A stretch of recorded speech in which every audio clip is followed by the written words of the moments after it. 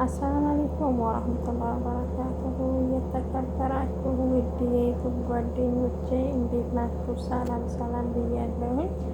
እንዴት ነው የኢድ ስራ እንዴት እያደረጋችሁ ነው?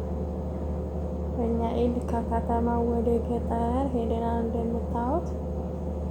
ብቻ አልሐምዱሊላህ ለኩል ያህል እና እንዴት ነው ኢድ እንዴት እያደረጋችሁ በሰው ቤት የኢድ ስራ እንዴት እያደረጋችሁ ነው? ከኛ ጋር ይሄ እቃ ሆና መጣን።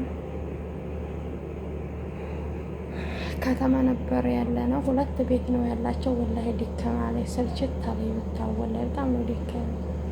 እንግዲህ የእንጀራ ጉዳይ እንደዚህ ሆነ እንጂ በጣም ነው የደከመኝ። አልሐምዱሊላህ ዱአ አድርጉ እስኪ አላህ ከሰው ቤት እንዳወጣ፣ እንደገና ደግሞ ከሰው ሀገራችን ሰላም እንዲያደርግልን ማለት ነው።